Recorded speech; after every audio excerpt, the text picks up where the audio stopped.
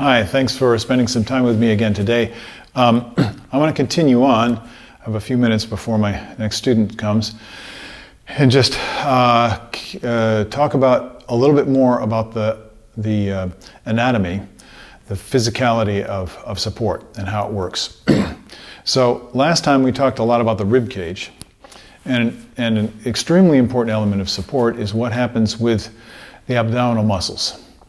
And there are many different opinions about this. So I'm going to try and shed a little bit of light on, again, some of the controversies, and hopefully give you an opportunity to experience some of these things through your own exploration and practice as you pay attention to your breathing and observe how your body functions better to play the trumpet.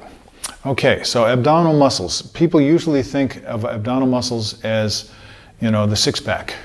I used to have one. It's still there, but it's covered up with some fat right now. But at any rate, those are the outside muscles, the external abdominal muscles that everybody can see. And that's only one group of abdominal muscles. The primary ones that we use for playing the trumpet, for supporting the air as we play, are not the outside ones, but they're deeper muscles underlying the outside muscles. And so this gets a little complicated. But your body likes simple things, and I'll try and give you a few things to hopefully give you an opportunity to get the sensation of these different muscles. So one thing that some people say is, and this is kind of a martial arts thing, it's like pull your navel toward your lower back. Pull your navel toward your spine. And when you do that, you'll notice that you're engaging the internal muscles, the ones that you would do that if you were trying to put on a pair of pants that are too tight, for example. But you're not lifting like you might do if you were putting on your pants that were too tight. You gotta, okay, make my belly smaller, and then so you can apply all these things to your trumpet playing. don't lift, just tuck your navel in toward your spine. Now there are many ways of visualizing this, and I'll probably be dropping these concepts in. You may hear me say things over and over again. If I do, they're probably the things that work for me. One of my favorites is what Philip Farkas, who's the principal horn of the Chicago Symphony back in the day, as they say, he wrote a great book which everybody should read, The Art of Brass Playing, another one, The Art of Musicianship. Excellent books. So study those and you'll learn a great deal. But he used to use the illustration of your body is like a tube, which is a pretty good way of thinking about it, three-dimensional. And it's like a tube of toothpaste. And he said when you support, you're rolling the tube of toothpaste up from the bottom. That works for me. In other words, the tube stays open. It doesn't get squeezed in the middle, as I talked about in the last segment, but rather stays open, and something comes up from the bottom. So there are many ways of conceiving this, but let's go with the tube of toothpaste issue. Now I want to show you a couple of things. If those of you who practice yoga might be aware that a yoga breath consists of a low breath, a middle breath, and a high breath. Now you can see, I hope, I'm doing a little bit of a belly dance thing here. So I have my hands spread out so that my thumb is in the solar plexus, right where the ribs come together here. And I spread it out as far as I can and down to my belly button. Now, of course, you can move that up and down until it feels like it's in a comfortable spot. The important thing is your pinky, which is down around your belly button, maybe a couple inches below your belly button.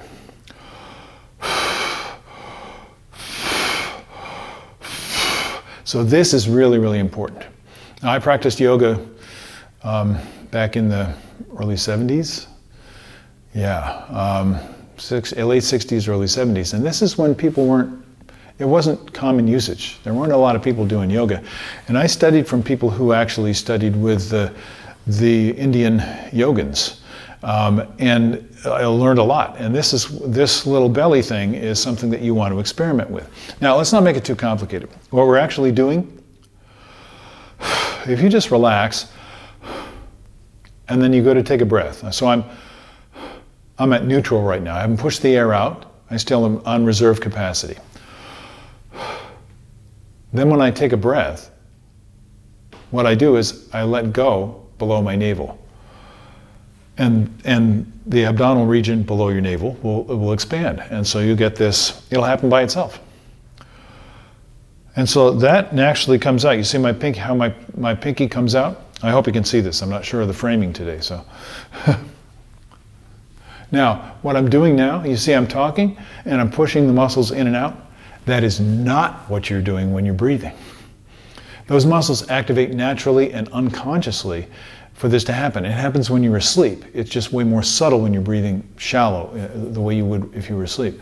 When you're breathing more deeply, it becomes more obvious, which is why it's great to practice this. But my warning to you is don't push and pull the muscles. Don't consciously try and control them. It will get you into trouble. Try and relax, watch your breathing, and see what happens. So what happens is it's a wave. Now, you see the part where my thumb is out. And the part where my navel is, and where my pinky is on my navel, is back in. So now you're set up to roll that toothpaste up. Now when you do that, and you need to produce more air pressure, not necessarily more air flow.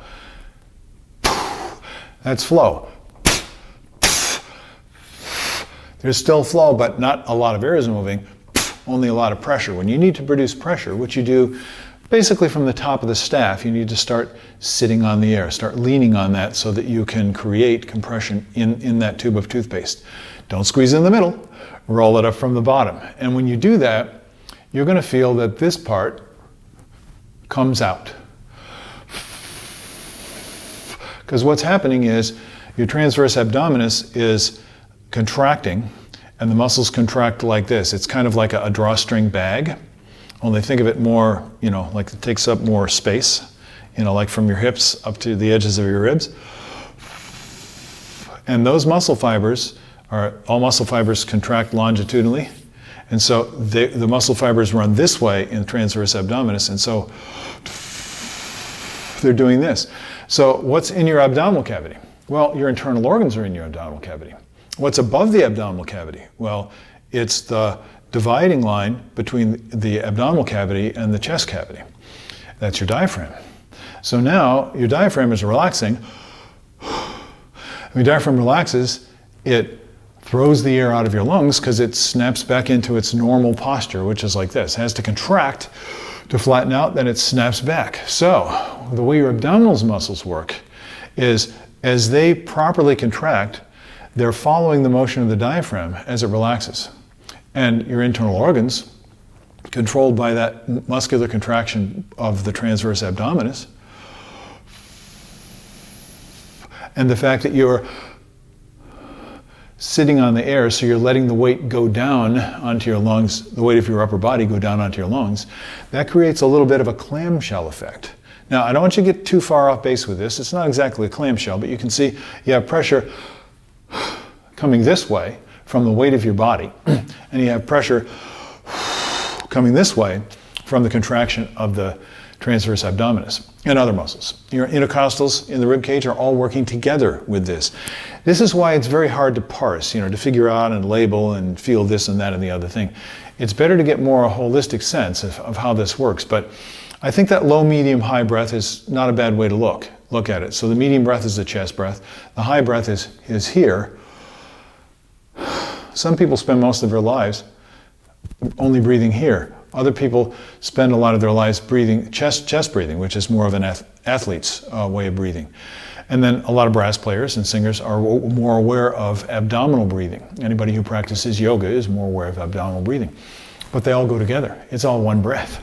So let's get back to those muscles.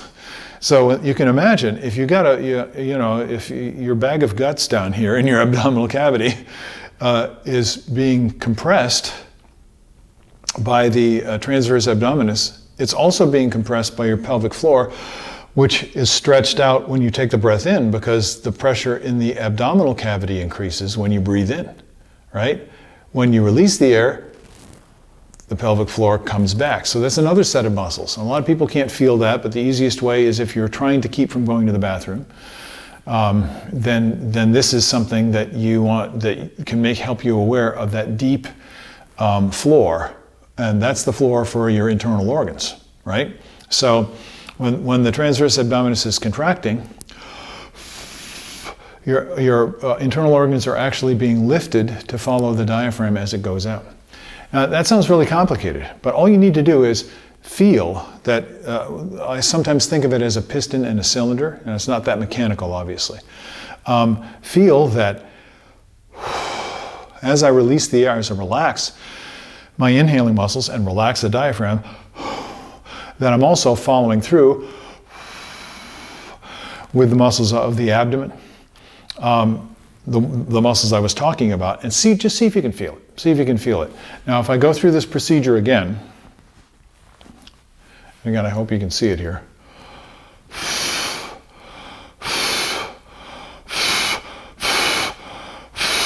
I never lift in the sense that I'm picking myself up off the floor. If I do, when I go to take a breath after I'm running out of air, I feel like my whole body kind of drops down and slams into the floor. That's one way you can recognize that you're not breathing correctly. You didn't stay in contact with the floor. You tried to kind of, as they say, pick yourself up by your bootstraps, right? Don't do that. Leave your feet planted on the floor. Feel your weight going down as you're sitting. Feel your weight on your sit bones as you sit. Let go and let that floor work for you. But then, engage below the belly button and roll it up. Now for me, this is just for me, you can try it and see what works for you.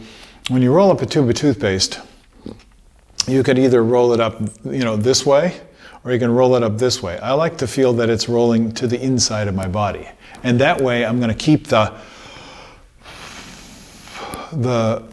support following the air as I go up in. So it's like a piston and a cylinder, as I said before, where the cylinder is coming up. The piston is coming up within the cylinder. So I don't know if that's good visualization for you. Let's try one more. We'll get into some concepts later, I'm sure, because there are a million of them, and the best ones are the ones that you get from your own body. This is one that I got from my own body.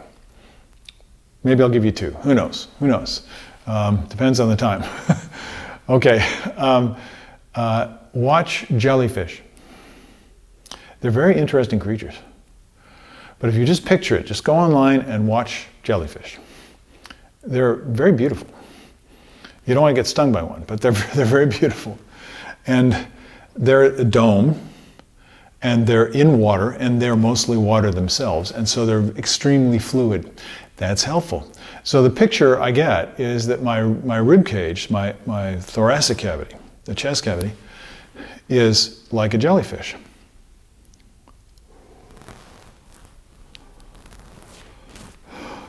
See, so this wave-like, but in my case, the jellyfish stays open, yes, but remember, now we've got bones, we got our rib cage there, we're not like a jellyfish, but feeling this easy flexibility, this fluid motion, and the jellyfish are using this for propulsion. They're creating a vacuum, as it were, a lower pressure, the water goes into the body, and then as their body contracts, they shoot it out like a gentle jet, and that moves them through the water. Very interesting. I'm sure there's other stuff there. Here's another one that might appeal a little bit more to some of you. I noticed, I like stout a lot, and I noticed when you pour stout into a glass, especially the most popular one, Guinness, you pour Guinness into a glass and you look at it, and you'll see, as the foam starts to settle, you'll see like streams of bubbles kind of running down the side of the glass. So I don't know why, I looked at that one time and said, wow, that's kind of the way I want it to feel when the air is going out. Then I'm just letting it flow down. Okay, one more and then I'll let you go. The pelvic floor, which I mentioned, and you can check that out. You can check out all the anatomy stuff online. It's very easy to do. You can get all kinds of information. But translate that to sensation. So if you can feel the pelvic floor, just, contract the muscles that keep you from eliminating waste, but keep your abdominal muscles relaxed. Some of you might find that difficult to do. You're starting to get in touch with the pelvic floor now. When you breathe, that puts pressure in your abdominal cavity, pushes down on the pelvic floor, right? Okay. When you let go of the air, the pelvic floor is now stretched, and it starts to return to its normal position, unless it's too stretched, which sometimes happens. There can be weakness in that area, which can cause a lot of problems. I got into trouble with my own playing when I had a hernia, abdominal hernia. It was a serious injury, but because I'm not the smartest guy on the planet, I kept on playing and just kind of dealing with it and managing it. And as a result, by the time I got to the doctor, he said, well, it's not a world record, but it's pretty significant. I won't go into details, but suffice it to say, I had an operation to repair the hernia, abdominal hernia. And what I had done is I ended up compensating. My body would compensate to keep the pressure away from the abdominal muscle wall. And that messed up my playing a lot. It really made it difficult for me. I'm still in the process of getting over that. So the sensation of the pelvic floor is letting that pressure go down when you take a breath. Like, oh, let the weight go down. And then engage, which is why a lot of lead players will say, tighten your nether regions when you play in the upper register. Well, that might be a good idea. You don't want anything coming out the back when you want the air to be coming out the front. Pardon my vulgarity, but I mean, these are things that we're actually dealing with. So here's an illustration that works really well for me, and it's strange because it doesn't make any sense. From what I'm talking about, it doesn't make any sense, but it works. At least for me, it works. You can try it. Envision the pelvic floor, once you can feel it, is like a shallow sink. If you can feel your hips, okay? You feel your hips, it's like a shallow bowl that's contained by your hips, okay? So in the bottom of that pelvic floor, I want you to imagine there's a drain. So the pelvic floor is a sink. And when you take a breath, and then you blow, when you take a breath, and then you blow, you're allowing the water to run out of the sink. See, that doesn't make sense with what I just told you. Make sure everything is going up and inside the rib cage. That's right. But there's things in the sensation, things that your body will communicate to you that will translate, that will help you to figure out for yourself, this is the necessity, what's going to work when you're playing your long tones or whatever. So I've got to go now. I see somebody looking in the door. So I think that's enough for you to chew on for now, and I will get back to you as soon as I'm able. See you later on. Bye-bye.